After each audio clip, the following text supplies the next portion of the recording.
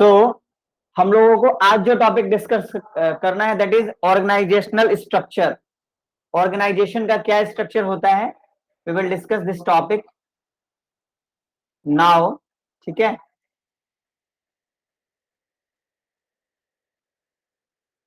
तो what is organisation structure एक बार फटाफट देखते हैं हम लोग।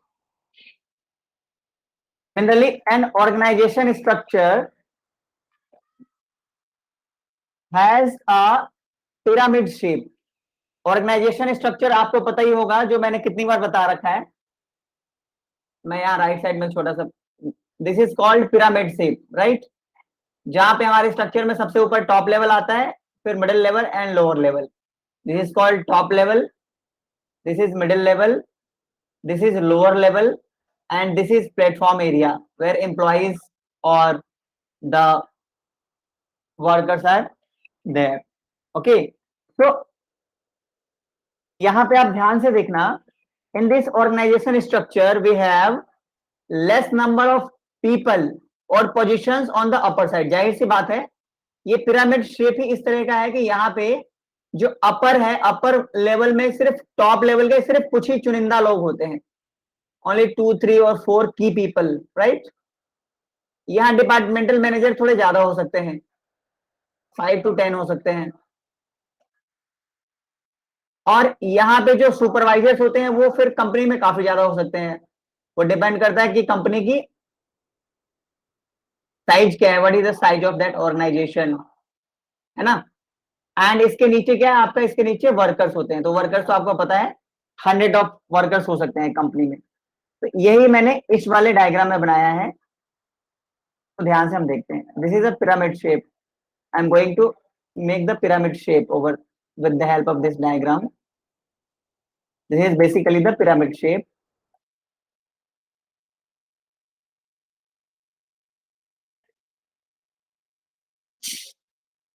This is pyramid shape. Okay, अब ध्यान से देखना, यहाँ पे ये जो है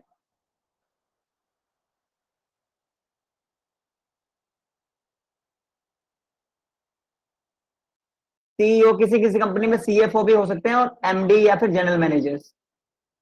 ठीक है, डिपार्टमेंटल मैनेजर्स आपके 5 to 10 हो सकते हैं। लाइक एचआर डिपार्टमेंट के जो हेड हैं, एचआर डिपार्टमेंट मैनेजर, आपके प्रोडक्शन डिपार्टमेंट के मैनेजर हो सकते हैं, marketing department, research and development department, और भी अलग अलग डिपार्टमेंट्स हो सकते हैं। ठीक है, ठीक है। और डिप्टी मैनेजर्स क्या होते हैं, इनके असिस्टेंट होते हैं, right. Deputy departmental managers means इनके डिप्टी होते हैं, इनके जो इनको क्या करते हैं, इनको रिपोर्ट करते हैं। ठीक है, एंड इसके नीचे क्या होते हैं, तो बेसिकली ये जो दोनों ही कैटेगरी है, ये दोनों ही मिडिल लेवल मैनेजर में आएगा। Middle level management, middle level management. ठीक है, now here we are on the lower level managers। Lower level management में सुपरवाइजर्स एंड फॉरमैन आते हैं, राइट। सुपरवाइजर एंड फॉरमैन, ठीक है। And here on this area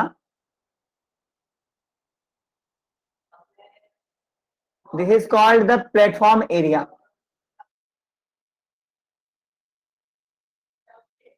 this is called the platform area. इसको हम platform area बोलते हैं, जहां पे वर्कर्स या फिर एम्प्लॉय होते हैं। लेकिन ये आपके पिरामिड शेप के बाहर आता है, क्योंकि ये मैनेजमेंट का पार्ट नहीं है ना। मैनेजमेंट का पार्ट सिर्फ ये 3 है। You see here the top level, here the middle level, and here the lower level, right। चलो, तो ये तो था ऑर्गेनाइजेशन स्ट्रक्चर। अब ध्यान से देखना, इसके फीचर्स क्या क्या होते हैं। ठीक है, तो we are going to see the features of the organisation structure.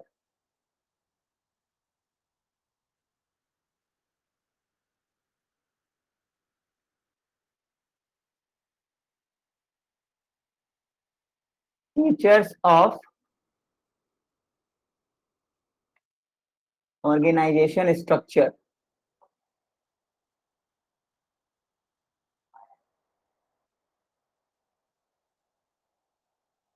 Features of organization structure. So the first point is, the first feature is authority responsibility relationship. ये बहुत इंपॉर्टेंट पॉइंट है, अथॉरिटी एंड रेस्पॉन्सिबिलिटी रिलेशनशिप।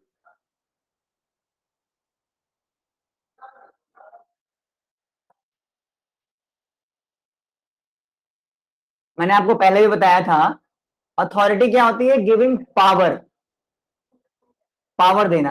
भाई मेरे company में जो manager है, मेरे organisation में जो भी मैनेजर्स हैं, चाहे वो एचआर मैनेजर हो, चाहे प्रोडक्शन मैनेजर हो, चाहे वो फाइनेंस मैनेजर हो, I should assign them the power so that they can take their decisions freely। हमें उनको पावर देना पड़ेगा, तभी वो फ्रीली डिसीजन ले पाएंगे। And with the authority responsibility automatically comes. भाई जब अथॉरिटी देते हो तो उनकी रेस्पॉन्सिबिलिटी ऑटोमेटिकली क्रिएट होती है। जब हम किसी मैनेजर को ये पावर देंगे कि आप भाई सेल्स का काम जाके देखो, आप मार्केटिंग का काम जाके देखो, और आप प्रोडक्शन का काम जाके देखो, सो उनकी रेस्पॉन्सिबिलिटी ऑटोमेटिकली क्रिएट होती है। रेस्पॉन्सिबिलिटी क्या है? कि जो भी आपको पावर्स मिले हैं, जो भी आपको रेस्पॉन्सिबिलिटीज मिली है, उनको आप पूरा करके दिखाओ, राइट? इसमें एक फॉर्मेलिटी होती है, फॉर्मेलिटी क्या होता है? फॉर्मेलिटी का मतलब कि कुछ भी इनफॉर्मल नहीं हो सकता, कुछ भी कैजुअल नहीं हो सकता, कैजुअल या इनफॉर्मल कुछ भी नहीं हो सकता। फॉर एग्जाम्पल, भाई ऑफिस का रूल है कि भाई सभी को सुबह 9 to 5 की जॉब है सपोज, तो आप जो है ऐसा नहीं कि भाई आपका कभी मन करे तो आप 11 बजे आ रहे हो ऑफिस, कभी 12 बजे ऑफिस आ रहे हो। No, rule is rule and rule is for all. So this is called formality. You have to fulfill the rules and regulations of the companies. The rules and regulations of the companies you have to follow. आपको जो भी company के नियम और कायदे कानून है, you have to follow that rules, right? इसी तरीके से if there is a dress code for the organization, for an organization, अगर किसी ऑर्गेनाइजेशन में ड्रेस कोड है, so you have to follow that dress code. This is called formality. यहां आप अपने कैजुअल ड्रेस को वेयर नहीं कर सकते अगर आपके ऑर्गेनाइजेशन में if there is a dress code, अगर एक कोई ड्रेस कोड यहां पे तय किया गया है तो, right? These are some of the features जो कि हमें ध्यान रखना है, ठीक है?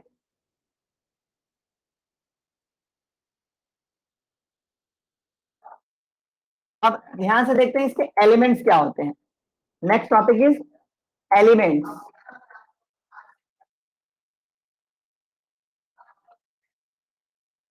Elements of organization structure. Elements of organization structure. Organisation structure का एलिमेंट्स हम फटाफट चेक करते हैं एक बार। सबसे पहले work specialisation. The very first point is work specialisation. Work specialisation कैसे आता है? बिकॉज एक ऑर्गेनाइजेशन में अगर सभी के रोल्स अलग अलग तय हो जाते हैं, भाई फाइनेंस मैनेजर, फाइनेंस डिपार्टमेंट का काम फाइनेंस मैनेजर को देखना है, तो हम किसी ऐसे बंदे को पकड़ेंगे जो फाइनेंस पकड़ेंगे means sorry the casual one.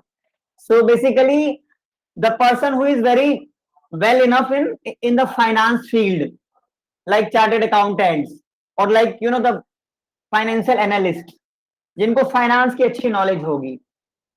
Similarly अगर हम मार्केटिंग मैनेजमेंट की बात करें, मार्केटिंग डिपार्टमेंट की, तो हम मार्केटिंग के बंदों को हायर करेंगे।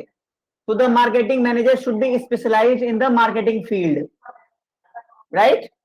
इसी तरीके से हम accounting and auditing and taxation के लिए, भाई कंपनी का tax and auditing and accounting देखने के लिए हम चार्टेड अकाउंटेंट्स को हायर करेंगे।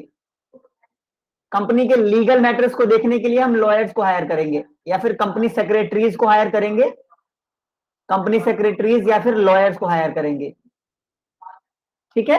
तो इससे क्या होता है? इससे एक ऑर्गेनाइजेशन में वर्क का स्पेशलाइजेशन आता है। Here comes the specialization when we hire the people and the people will work the same work again and again. एक व्यक्ति जब एक ही काम को बार बार करेगा, so for that repetition he will be specialised after some time. और ये तो मैंने आपको समझाई दिया कि फिर हम क्या करेंगे, डिपार्टमेंटेशन करेंगे। भाई जो भी कंपनी का या ऑर्गेनाइजेशन की जो भी वर्क है उनको हमने अलग अलग डिपार्टमेंट्स में क्रिएट कर दिया। मार्केटिंग डिपार्टमेंट अलग बना दिया, फाइनेंस डिपार्टमेंट अलग बना दिया, ठीक है, प्रोडक्शन डिपार्टमेंट अलग बना दिया, एचआर डिपार्टमेंट अलग बना दिया, रिसर्च एंड डेवलपमेंट डिपार्टमेंट अलग बना दिया, राइट। सो यहां पे क्या होता है, यहाँ पे डिपार्टमेंटेशन कर दिया जाता है, जहां पे आप अपने अपने डिपार्टमेंट्स में अपना एक आपकी रिस्पॉन्सिबिलिटी एंड अथॉरिटी क्रिएट होती है, right. Now the next point is establishing reporting relationship. ध्यान से देखना, थर्ड पॉइंट है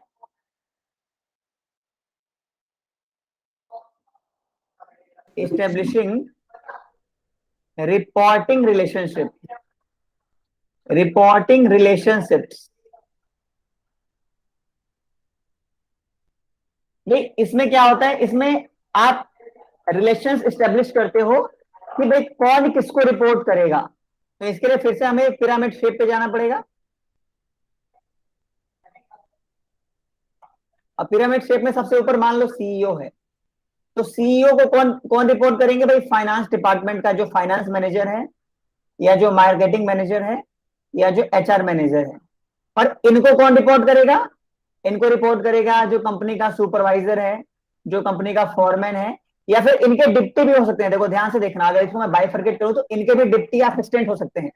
भाई एक तो होता है फाइनेंस मैनेजर जो बिल्कुल हेड होता है, और इनके अंडर में भी इनके सब डिप्टी हो सकते हैं। मार्केटिंग मैनेजर में भी जो मार्केटिंग मैनेजर है उसका डिप्टी हो सकता है, और इसका भी डिप्टी हो सकता है। फिर इनके अंडर में आते हैं सुपरवाइजर या फोरमैन। तो कौन किसको रिपोर्ट करेगा, ये रिलेशन पता होना चाहिए, तभी तो भाई सभी की रिस्पॉन्सिबिलिटी, अपनी अपनी रिस्पॉन्सिबिलिटी पता चलेगी कि भाई तुम्हें क्या काम दिया था हमने, तुमने अपने काम को सही से किया या नहीं किया। फिर हम उनसे अकाउंटेबिलिटी लेंगे, भाई उनसे पूछेंगे कि तुमने काम क्यों नहीं पूरा किया या हुआ कुछ, अगर उसमें डिविएशन रह गया तो उसके बारे में उनसे पूछेंगे। और obviously for the completing of these things we have to assign them with the authority. हमें उनको अथॉरिटी भी देनी पड़ेगी, उनको पावर देना पड़ेगा to take the decision for that particular decision, the power, right. And उसके बाद नेक्स्ट पॉइंट है डेलीगेशन ऑफ अथॉरिटी। तो वो आपको पता ही है, अथॉरिटी को डेलीगेट करना, क्योंकि एक मैनेजर एक डिपार्टमेंट का सारा काम नहीं संभाल सकता, तो इसलिए उसके लिए क्या होता है, उसके लिए वो अपने डिप्टी अपॉइंट करता है। This is called delegation of authority. Authority को डेलीगेट करना, अपने जो भी आपके जूनियर्स है उनमें अपनी पावर्स को डिस्ट्रीब्यूट करना, ताकि आपका जो काम है वो बच सके और आपके ऊपर से रेस्पॉन्सिबिलिटीज कम हो सके, राइट। तो ये सारे प्रोसेस आपके एलिमेंट्स ऑर्गेनाइजेशन स्ट्रक्चर में आते हैं। आई होप आप सबको समझ में आ रहा होगा। आपकी क्वेरीज मैं बहुत जल्दी लूंगा। As soon as I finish the class I will take your queries. एक बार जल्दी से समाप्त कर लेते हैं, ठीक है, एक बार जल्दी से समाप्त कर लेते हैं before moving ahead. Let's sum up the topic.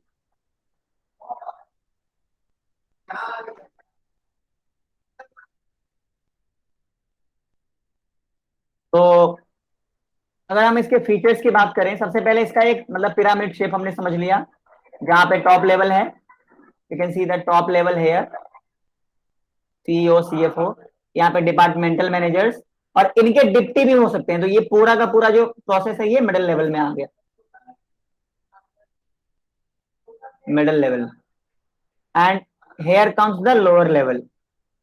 Lower level में बहुत सारे कंपनी में सुपरवाइजर्स तो बहुत होते हैं, और फोरमैन भी इनको कहते हैं, और उनके नीचे सबसे ज्यादा पर्सन होते हैं। तो ये जो एरिया होता है इसको प्लेटफॉर्म एरिया बोला जाता है। इसमें थाउजेंड्स ऑफ वर्कर्स हो सकते हैं, बहुत सारे वर्कर्स या एम्प्लॉइज हो सकते हैं, ठीक है। लेकिन ये मैनेजमेंट वाले पिरामिड में नहीं आता, ये इस पिरामिड शेप से देखो बाहर है। यहां तक आपका शेप है, ये जो शेप था ये यहां तक है, ठीक है। Okay, very good. Now let's talk about the features of the organisational structure. इसके फीचर्स क्या होते हैं? So the very first feature is authority and responsibility relationship हम लोग स्टैब्लिश करते हैं, जिसमें हम अथॉरिटी में हम पावर असाइन करते हैं अपने अपने मैनेजर्स को, अपने सुपरवाइजर्स को, और उनकी रेस्पॉन्सिबिलिटी अपने आप ही क्रिएट होती है। जब हम उनको पावर्स देते हैं तो उनको पता होता है कि उनकी क्या रेस्पॉन्सिबिलिटीज है, what are the responsibilities they are going to fulfil, right? Yes. The second point is formality. तो फॉर्मेलिटी में there should be formality, there should be proper rules and regulations कि भाई ऑफिस का टाइम 9 to 5 है, so everybody has to comply. ऐसा नहीं कि कोई सीनियर मैनेजर है वो 11 बजे या 12 बजे आ रहा है, नो। अगर सीनियर मैनेजर ही रूल्स को फॉलो नहीं करेगा तो उसके सबॉर्डिनेट्स भी, उसके जूनियर्स भी फॉलो नहीं करेंगे। तो everybody has to set the example. उस फॉर्मेलिटी को, उस रूल एंड रेगुलेशन को, उस कोड एंड कंडक्ट को एवरीबडी हैज टू फुलफिल। जैसे कंपनी में अगर कोई ड्रेस कोड है तो everybody has to wear the particular dress, right? Yes. Now the next topic is elements of organisation structure. Organisation के एलिमेंट्स क्या क्या है? तो फर्स्ट पॉइंट इज स्पेशलाइजेशन। भाई जो भी जिसकी स्पेशलाइजेशन है उसके अकॉर्डिंग हम अपनी कंपनी में पर्सन को हायर करते हैं। किसी पर्सन को फाइनेंस की बहुत अच्छी नॉलेज हो तो ऐसा बंदा हमें फाइनेंस डिपार्टमेंट के लिए चाहिए। कंपनी की मार्केटिंग डिपार्टमेंट के लिए हमें मार्केटिंग एक्सपर्ट चाहिए। कंपनी की जो टैक्सेशन है या जो कंपनी की ऑडिटिंग है या कंपनी की जो अकाउंटिंग है उसके लिए हमें चार्टेड अकाउंटेंट्स चाहिए। उसके लिए हमें कॉस्ट अकाउंटेंट चाहिए जिनको CWA या CMA बोलते हैं, ठीक है? कंपनी का जो लीगल मैटर है इसके लिए हमें कंपनी सेक्रेटरी और लॉयर्स चाहिए, राइट? यस। नाउ आपको बताइए कि ये फर्स्ट पॉइंट से रिलेटेड है कि जो डिपार्टमेंट, अगर आप अलग अलग डिपार्टमेंट्स में अपने पूरे जॉब को डिस्ट्रीब्यूट कर दोगे, मार्केटिंग डिपार्टमेंट का काम अलग है, फाइनेंस का काम अलग है, प्रोडक्शन अलग, HR अलग, रिसर्च एंड डेवलपमेंट अलग, तो कंपनी में अलग अलग डिपार्टमेंट्स हो सकते हैं। तो it will automatically create the specialist. एक ही काम को जब हम रिपीटेशन करते हैं तो फर्स्ट पॉइंट जो था आपका specialization will automatically come. Yes, good. तो the next point is establishing the reporting, whom to report, who will report whom, मतलब कौन किसको रिपोर्ट करेगा। ये हमने इस पिरामिड शेप में देखा भी। भाई CEO के अंडर में डिफरेंट डिपार्टमेंटल मैनेजर्स हो सकते हैं जो अपने काम का पूरा एक उनके पूरा एक डिस्क्रिप्शन देंगे कि सर हम ये काम को ऐसे ऐसे करेंगे, इतने दिन में करेंगे, और उसका वो प्रोग्रेस बताएंगे। इन अ सिमिलर वे इनके अलग अलग डिप्टी हो सकते हैं और इन डिप्टी के सुपरवाइजर्स या फोरमैन हो सकते हैं। तो सबको अपना अपना रिस्पॉन्सिबिलिटी पता होना चाहिए और सभी को अपने काम को रिपोर्ट करना होता है अपने बॉस को, अपने सुपीरियर्स को। उसके बाद फिर क्या करते हैं, पावर्स को डेलीगेट करते हैं ताकि हमारे पास सारा रिस्पॉन्सिबिलिटी, सारा बर्डन ना आ जाए और हम अपने कामों को अपने जूनियर्स में बांटते हैं ताकि हमारे ऊपर वर्कलोड कम हो। इसको हम डिसेंट्रलाइजेशन भी बोलते हैं, and delegation is a part of decentralisation. इसको हम जो अगला चैप्टर होगा डायरेक्शन, उसमें हम बिल्कुल डिटेल में देखेंगे कि डेलीगेशन क्या होता है और डिसेंट्रलाइजेशन क्या होता है। दोनों एक ही प्रोसेस है। डिसेंट्रलाइजेशन इज मोर ब्रॉडर और उसका एक जस्ट पार्ट होता है डेलीगेशन। तो एक एक करके हम उन सब चीजों को समझेंगे। चलिए, आज का नेक्स्ट टॉपिक है, so next topic for today's class is going to be span of management or span of control.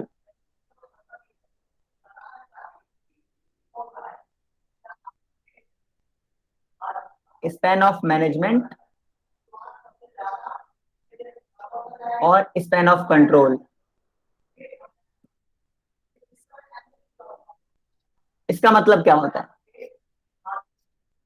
Span of management और स्पैन ऑफ कंट्रोल? इसका सिंपली मीनिंग ये होता है कि भाई एक मैनेजर एक बार में कितने लोगों को कंट्रोल कर सकता है। एक जो बॉस होता है या एक जो मैनेजर होता है, उनके अंडर में एक बार में कितने जूनियर्स या इनके जो असिस्टेंट है वो कितने हो सकते हैं? क्या वो 5 या 10 या 20, जो भी उनका एक कुछ ना कुछ एक लिमिट होती है। सो हमें ये समझना है कि एक जो बॉस है उसके अंडर में कितने उनके जूनियर्स हो सकते हैं या कितने उनके सबॉर्डिनेट्स हो सकते हैं। तो यहाँ जो मैनेजर है इनके अंडर में कितने जूनियर्स हो सकते हैं।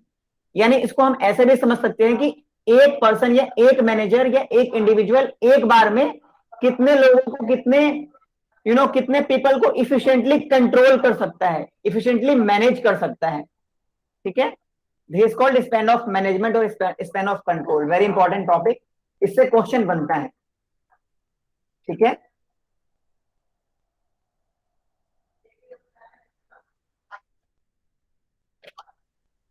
अब इस चैप्टर का सबसे इंपॉर्टेंट टॉपिक, ये भी जो मैंने कराया ये भी बहुत इंपॉर्टेंट है, बट ये तो मुझे कुछ खास ही इस चैप्टर में सबसे मेन बात लगती है कि इस चैप्टर में ये तो पता होना ही चाहिए सबको, तभी ये चैप्टर आपका कंप्लीट माना जाएगा।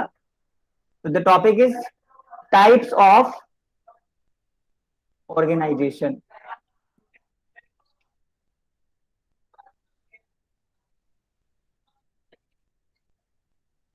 Types of organisation structure.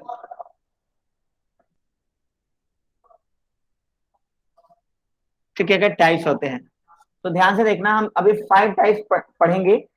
एक बार मैं सबको लिख दूं एक साथ, फिर आप एक एक करके हम समझेंगे। First one is line organisation.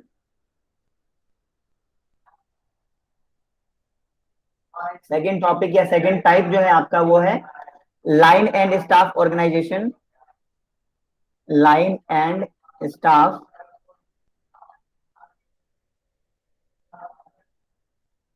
organization. Third point is going to be functional organization.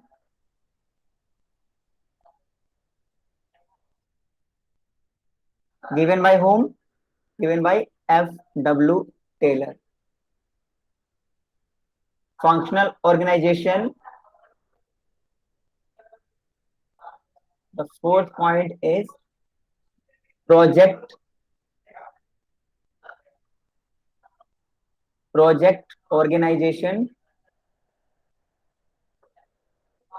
ठीक है, एंड द लास्ट नहीं, सेकंड लास्ट है, अभी दो दो तीन और हैं। So the fifth point is, fifth type is basically matrix organization.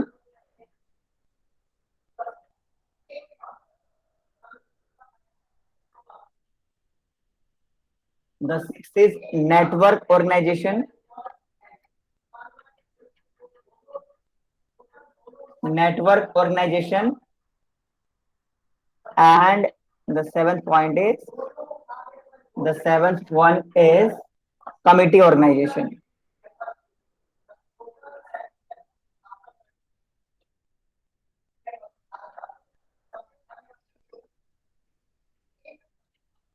ये हम टाइप्स ऑफ ऑर्गेनाइजेशंस पढ़ने वाले हैं। लेट्स सी आज हम ये कवर कर पाते हैं या नहीं कर पाते हैं, थोड़ा मैं तेजी से कराऊंगा, तो लेट्स सी कि आज ये कवर हो जाए। एक बार आप लोग नोट कर लीजिए फटाफट, हम क्या क्या टॉपिक डिस्कस करेंगे, फिर हम एक एक करके जल्दी से। The first topic is going to be line organisation, right. इसके बारे में अभी हम बात करेंगे।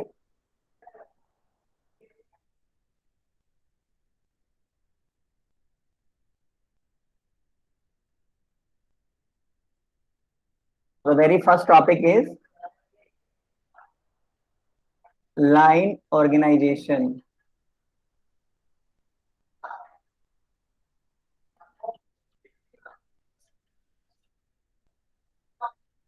So the point is line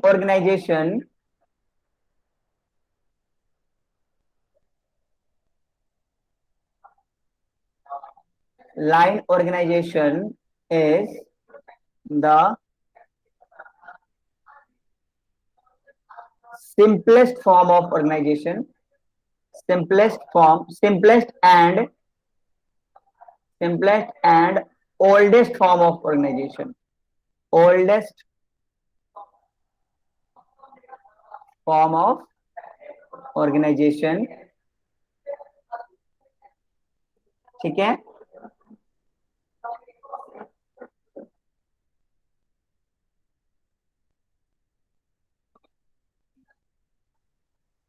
It is also known as,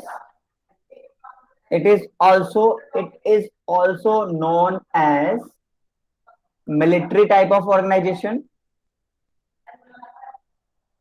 Military type of organization, इसको मिलिट्री टाइप ऑफ ऑर्गेनाइजेशन भी कहते हैं, इसको डिपार्टमेंटल ऑर्गेनाइजेशन भी कहते हैं। डिपार्टमेंटल ऑर्गेनाइजेशन, या इसको कभी कभी हम स्केलर, स्केलर चेंज होता है ना, वही वाला स्केलर, स्केलर ऑर्गेनाइजेशन भी कह देते हैं, right. So these are basically the bifurcation, I mean the acronyms. It is also known as military type of organisation, यानी कि लाइन ऑर्गेनाइजेशन को हम मिलिट्री टाइप ऑफ ऑर्गेनाइजेशन, या फिर इसको हम डिपार्टमेंटल ऑर्गेनाइजेशन भी कहते हैं। ये सबसे ओल्डेस्ट और सबसे सिंपलेस्ट फॉर्म ऑफ ऑर्गेनाइजेशन है। अब आपको यहां से बहुत कुछ मीनिंग मिल रहा होगा। Military, military type of organisation, जैसे मिलिट्री में होता है, जैसे हमारे सेना में होता है, उसी तरीके से ये, या जैसे स्केलर चेन में हमने पढ़ा था, there should be proper order. एक कमांड होता है, एक ऑर्डर होता है, और जो कम्युनिकेशन या ऑर्डर होता है वो हमेशा डाउनवर्ड फ्लो करता है।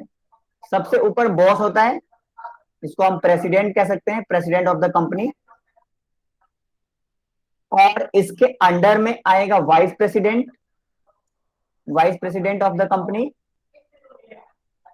कम्युनिकेशन का फ्लो हमेशा डाउनवर्ड होगा, ध्यान रखना, यानी कि आपको जो ऑर्डर मिलेगा ऊपर से नीचे की तरफ मिलेगा, ठीक है। उसके बाद फिर डिफरेंट डिपार्टमेंटल मैनेजर्स हो सकते हैं, डिपार्टमेंटल मैनेजर्स, ठीक है। और उसके बाद फिर डिफरेंट फोरमैन या सुपरवाइजर्स हो सकते हैं,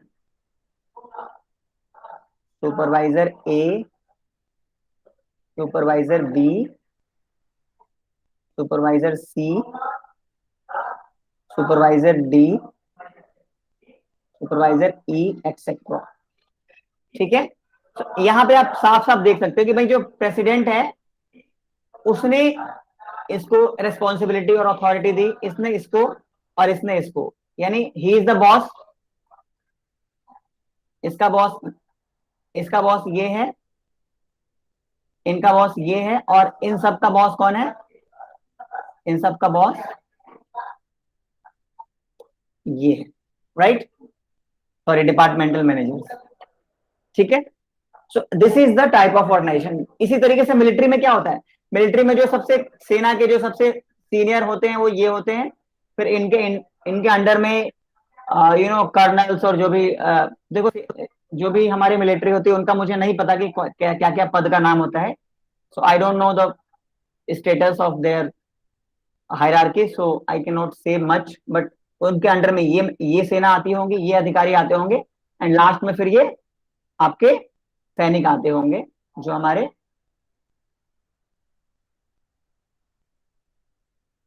दिस इज द हायरार्की। अब ध्यान से देखना, what are the advantages of line organisation,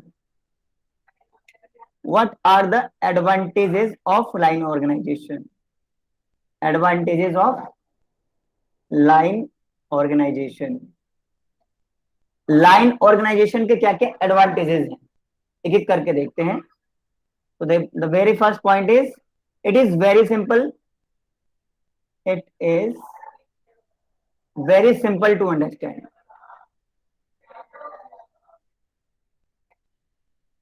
It is very simple to understand. Point number second is communication is very fast. भाई कम्युनिकेशन का फ्लो क्या होता है, डाउनवर्ड होता है। कम्युनिकेशन का फ्लो आपको पता ही डाउनवर्ड होता है, और कम्युनिकेशन क्या होता है, कम्युनिकेशन इज वेरी फास्ट, क्योंकि इसमें क्या होता है, इसमें आपको अपने बॉस का आज्ञा मानना पड़ता है, you have to obey the decisions और द रूल्स और the guidelines of your boss.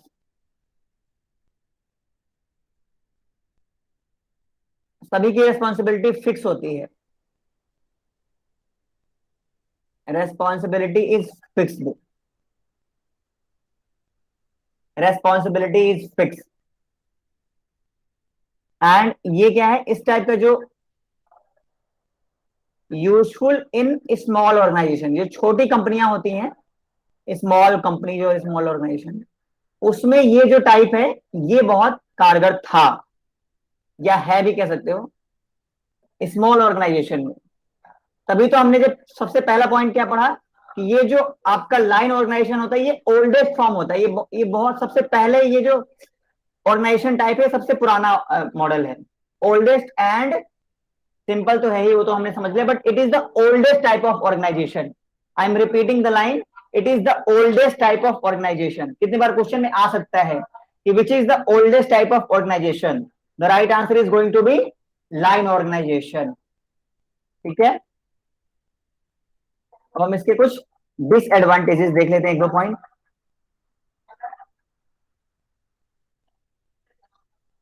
Disadvantages of line organisation, sometimes क्या होता है, डिक्टेटरशिप होता है।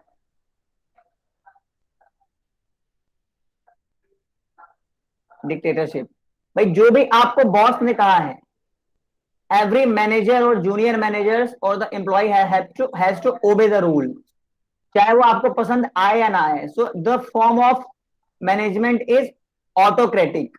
ऑटोक्रेटिक समझते हो ना, ऑटोक्रेटिक मीन्स निरंकुश, means your boss will punish you if you don't follow the rules. आपका बॉस आपको जॉब से बाहर निकाल सकता है, आपका बॉस आप पे फाइन इंपोज कर सकता है। तो यहाँ पे एक तरीके से डिक्टेटरशिप होती है, मीन्स आपको काम करना है तो करना है, चाहे आपको वो पसंद आए या ना आए। आपकी वहां पे कोई जरूरी नहीं कि आपका जो वहां पे सलाह लिया ही जाएगा, आपसे सलाह नहीं भी लिया जा सकता है। And sometimes it it overloads, कितनी बार क्या होता है, वर्क का ओवरलोड या वर्क का प्रेशर होता है, वर्क प्रेशर या फिर वर्क ओवरलोड, ये हो सकता है। ठीक है, तो ये था आपका लाइन ऑर्गेनाइजेशन। ठीक है, अब हम चलते हैं सेकेंड टाइप ऑफ ऑर्गेनाइजेशन में।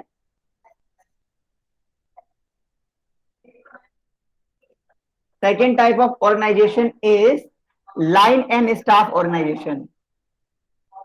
Line and staff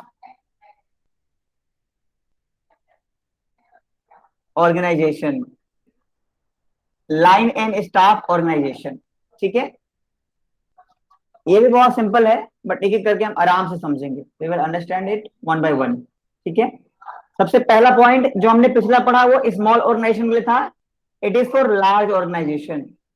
it is good for, इस टाइप का जो स्ट्रक्चर है वो, this type of structure is good for large, जो बड़ी बड़ी कंपनियां होती हैं, लार्ज कंपनीज और लार्ज ऑर्गेनाइजेशन, लार्ज कंपनी और लार्ज ऑर्गेनाइजेशन, राइट। ठीक है, तो लाइन एंड स्टाफ ध्यान से समझना, यहाँ पे दोनों ही है। अब यहाँ पे ये दो शब्दों को मैं बड़े ध्यान से समझना है, लाइन एंड स्टाफ। यानी कंपनी में क्या होते हैं, इस टाइप के ऑर्गेनाइजेशन में लाइन मैनेजर्स होते हैं,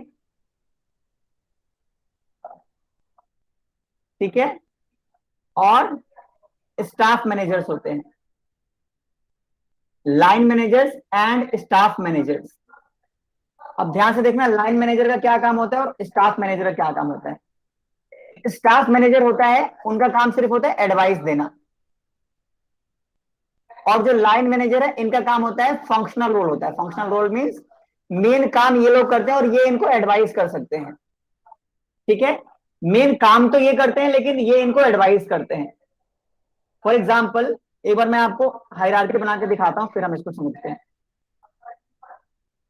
जैसे मान लो एक कंपनी में, भाई ऊपर सबसे ऊपर प्रेसिडेंट है सपोज। अब प्रेसिडेंट जो है, इसको एडवाइस देने के लिए यहाँ पे कौन हो सकता है, यहाँ पे कोई लीगल एडवाइजर हो सकता है, बहुत बड़ा कोई वकील, लीगल एडवाइजर, या फिर कोई आपका पब्लिक रिलेशन स्टाफ हो सकता है, पब्लिक रिलेशन मैनेजर, जो ये बताएगा कि किस तरीके से कंपनी ग्रो करेगी और कंपनी का पब्लिक रिलेशन कितना अच्छा होगा। तो ये क्या, ये बेसिकली सिर्फ एडवाइस करेंगे प्रेसिडेंट को, काम नहीं करेंगे, सिर्फ मतलब काम करेंगे लेकिन इनका सिर्फ एडवाइजरी रोल होगा। तो ये जो है बड़ी बड़ी कंपनियों में ऐसा होता है। इसी तरीके से इनके नीचे कौन आएंगे, इनके नीचे वाइस प्रेसिडेंट्स। वाइस प्रेसिडेंट्स कई सारे हो सकते हैं, 2 3 या 4 हो सकते हैं, या एक भी हो सकता है, वो डिपेंड करता है कंपनी कितने वाइस प्रेसिडेंट्स को रखती है। ठीक है, अब वाइस प्रेसिडेंट्स के, अगर मान लो कि मैंने ये मान लिया कि 2 या 3 वाइस प्रेसिडेंट है कंपनी के लिए, ठीक है। एक इंजीनियरिंग डिपार्टमेंट संभालता है अगर मैन्युफैक्चरिंग कंपनी है तो, और दूसरा जो है वो आपका प्रोडक्शन डिपार्टमेंट संभालता है, और तीसरा मार्केटिंग। ठीक है, अब इनको एडवाइस करने के लिए यहाँ पे एक एचआर मैनेजर होगा या फिर पर्सोनल मैनेजर, जो कि एडवाइस करेगा सभी मैनेजर्स को। ठीक है, तो इसमें क्या फर्क है, इसमें ध्यान से देखना, इसमें कितनी बार बच्चों को कंफ्यूजन रहती है। इसमें बेसिकली 2 तरह का स्ट्रक्चर, और यहाँ पे 2 शब्दों पे जोड़ दिया जा रहा है। इसका नाम मैं फिर से लिख रहा हूं, line and staff organisation. Line and staff organisation एक ऐसा ऑर्गेनाइजेशन, एक ऐसी कंपनी जहां पे लाइन मैनेजर्स मेन काम करते हैं, फंक्शनल काम। जो कंपनी की फंक्शन है वो तो ये करते हैं बेसिकली, जो भी कंपनी के काम है, जो भी कंपनी का मैनेजमेंट है, वो पूरा का पूरा लाइन मैनेजर संभालते हैं। स्टाफ मैनेजर क्या करते हैं, इनको, इन सभी मैनेजर्स को एडवाइस कर सकते हैं।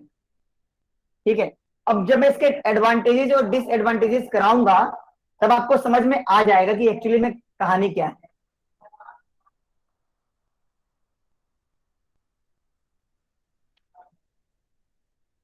जब मैं इसके एडवांटेजेस और डिसएडवांटेजेस कराऊंगा, आपको पूरा चीज क्लियर हो जाएगा। तो बस 1 सेकेंड वेट कीजिएगा। Let's come to the advantages.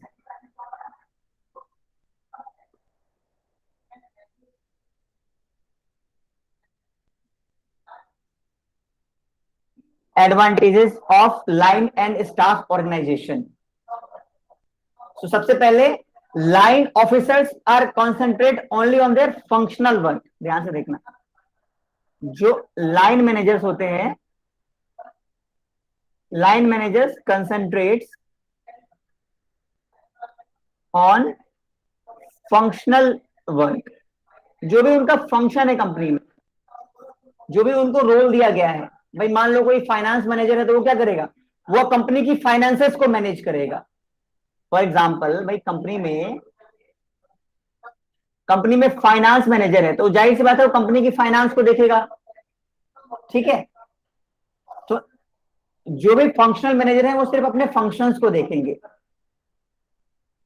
इसी तरीके से आगे लिखता है कि since the organisation comprise line and staff, decisions are taken easily. अब क्योंकि यहाँ पे लाइन मैनेजर भी होते हैं और स्टाफ मैनेजर भी होते हैं, तो यहाँ पे क्या होता है, यहाँ पे डिसीजन फास्ट होता है। लेकिन यही देखना, यही चीज आगे आपके डिसएडवांटेजेस में भी आएगा कि कितनी बार दोनों में कॉन्फ्लिक्ट भी हो सकता है, दोनों में झगड़े, कि भाई स्टाफ सोचेगा भाई हमें भर्ती तो कर लिया, लेकिन हमारी कोई एडवाइस सुनता नहीं है, क्योंकि हमेशा कंपनी में चलती है लाइन मैनेजर की। Line manager are more powerful, क्योंकि ये इसको एडवाइस भी देगा, लेकिन क्या क्या पता ये इसके एडवाइस को फॉलो ना करे। तो फिलहाल हम ये एडवांटेजेस पढ़ रहे हैं, तो एडवांटेजेस समझते हैं। डिसीजन क्या होता है, फास्ट होता है, fast decision can be taken.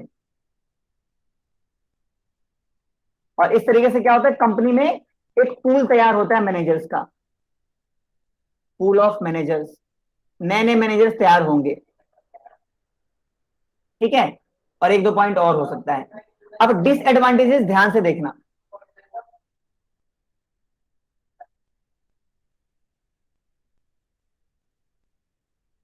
Disadvantages ध्यान से देखना, और फिर आपको जो भी कंफ्यूजन हो पूछना। सबसे पहला क्या है कि कंफ्यूजन में अराइज, कंफ्यूजन अराइज हो सकता है लाइन और स्टाफ के बीच में। बिकॉज क्या होता है कि जो एलोकेशन ऑफ अथॉरिटी होता है वो क्लियर नहीं होता है कि भाई किसको क्या करना है। स्टाफ जनरली क्या करता है, वो लाइन को एडवाइस करता है, उनको गाइड करता है, बट कंफ्यूजन क्रिएट हो सकता है। और कंफ्यूजन के साथ साथ मैं यहां एक वर्ड और जोड़ रहा हूं, कंफ्लिक्ट। कंफ्यूजन एंड कंफ्लिक्ट, क्योंकि जो लाइन मैनेजर्स होते हैं यही कंपनी का मेन जिम्मेदारी निभाते हैं, तो they are the functional manager. Company के मेन फंक्शन को यही लोग देखेंगे। And they are the advising the line, advise managers. तो कितनी बार क्या होता है कि समटाइम्स स्टाफ मैनेजर्स में फील लो, इनका मोरल कितनी बार डाउन हो जाता है क्योंकि फंक्शनल मैनेजर समटाइम्स ऐसा हो सकता है कि ये इनकी बात ना माने, फंक्शनल मैनेजर के अकॉर्डिंग अपने काम को ना करें। ठीक है, तो अब आपको समझ में आ गया होगा लाइन और स्टाफ मैनेजर्स और ये पूरा जो ऑर्गेनाइजेशन स्ट्रक्चर है ये क्या होता है, क्यों होता है। एक एग्जांपल मैं आपको बता देता हूं, कंपनी का जो एचआर डिपार्टमेंट होता है ना, इसमें जो एचआर है उसको अगर आप अलग से बाइफरकेट ना करो तो एचआर बेसिकली एक स्टाफ मैनेजर, एक स्टाफ में आता है। स्टाफ स्टाफ मैनेजर बोल सकते हैं इनको, क्यों? क्योंकि ये बेसिकली सिर्फ कंपनी में कोई फंक्शनल रोल नहीं करते हैं, ये सिर्फ एक एडवाइस रोल करते हैं। हाँ, रिक्रूटमेंट एंड सिलेक्शन भी करते हैं। Apart from recruitment and selection ये कंपनी में एडवाइस का रोल भी निभाते हैं। ठीक है, तो ये था second type. Let's come to the third type. Third type is functional organisation.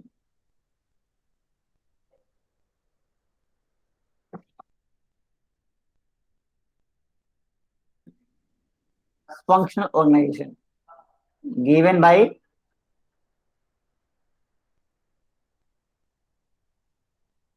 F.W. Taylor.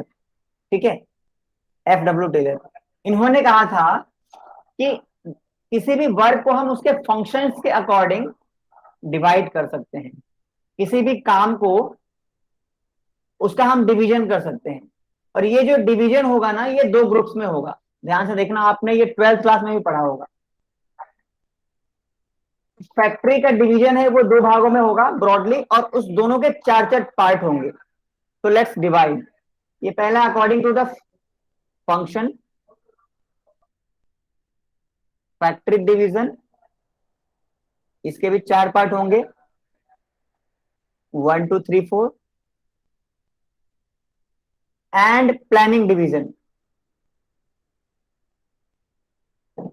जिस तरीके से लाइन और स्टाफ था ना उसी तरीके से यहां पे भी कि प्लानिंग डिवीजन और फैक्ट्री डिवीजन, और इन दोनों में चार चार मैनेजर्स होंगे और ये पूरी कंपनी का देख रेख करेंगे। तो the first one is known as gang boss. Factory में जो पहला होता है वो होता है गैंग बॉस। दूसरा होता है speed boss, and is the third one is inspector, या इंस्पेक्शन बॉस भी कहते हैं इसको, रिपेयर बॉस या मेंटेनेंस, रिपेयर बॉस या फिर मेंटेनेंस बॉस। आपको नेम से समझ में आ रहा होगा कि जो कंपनी का मेन फंक्शन है वो गैंग बॉस करता है। स्पीड बॉस क्या होता है, एक्यूरेसी देखता है कि भाई कौन सा काम कितने टाइम में हो रहा है, उसको पर्टिकुलर टाइम को मेजर करता है। इंस्पेक्टर बॉस इंस्पेक्शन करता है कि कोई खाली तो नहीं बैठा है, कोई टाइम पास तो नहीं कर रहा है। और रिपेयर बॉस कंपनी में कोई टूट फूट हो, कभी मशीन खराब हो जाए, कभी कुछ हो जाए, तो मेंटेनेंस का काम देखता है। तो ये तो हो गया हमने फंक्शनल। अगर हम स्टाफ और लाइन और स्टाफ के अकॉर्डिंग समझने लगे तो ये फंक्शनल रोल है, ये तो कंपनी का फंक्शनल रोल है। और ये कंपनी का स्टाफ या फिर मैनेजरियल रोल है, डिसीजन मेकिंग यहाँ पे हो रही है, मैनेजरियल रोल। तो इसको प्लानिंग डिवीजन कहा गया है। इसमें सबसे पहला होता है रूट क्लर्क, जो कंपनी के रूटीन को चेक करता है, भाई रूटीन नेचर का वर्क क्या है। दूसरा है instruction card clerk, clerk instruction instruction card clerk. फिर अगला है टाइम एंड कॉस्ट क्लर्क,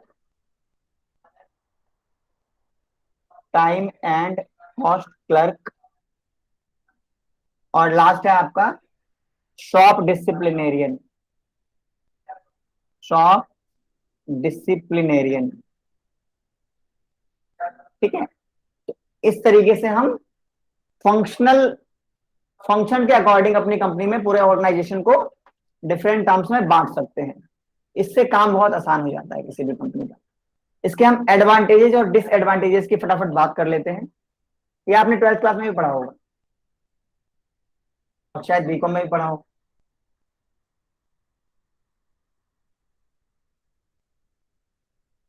तो एक बार जल्दी से हम इसके एडवांटेजेस देख लेते हैं। advantages. The first advantage is the very first is each manager is expert in his field. मैंने बताया कि फंक्शन, भाई सभी मैनेजर अपने अपनी फील्ड में, each manager is expert. Expert कैसे हो जाते हैं? एक्सपर्ट इन हिज फील्ड, क्योंकि एक ही काम को बार बार करते हैं और इससे क्या होता है, इससे उनके पास स्पेशलाइजेशन आता है. ठीक है, स्पेशलाइजेशन. अगर हम एक ही काम को बार बार करते हैं तो हमारे पास उस चीज की स्पेशलाइजेशन हो जाती है. इससे क्या होता है, इससे सभी मैनेजर्स और सभी वर्कर्स का जॉब सेटिस्फेक्शन बढ़ता है. जॉब सेटिस्फेक्शन या फिर इसको बोल सकते हैं वर्क सेटिस्फेक्शन. ठीक है, अब हम इससे कुछ डिसएडवांटेजेस देख लेते हैं.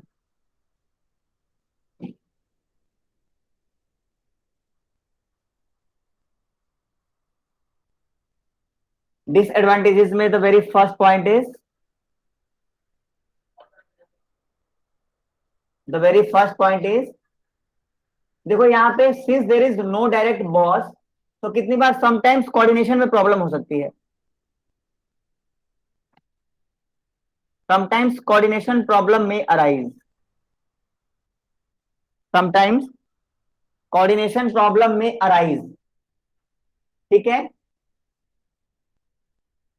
तो ये आपका कुछ डिसएडवांटेजेस हो गया एक दो. ठीक है,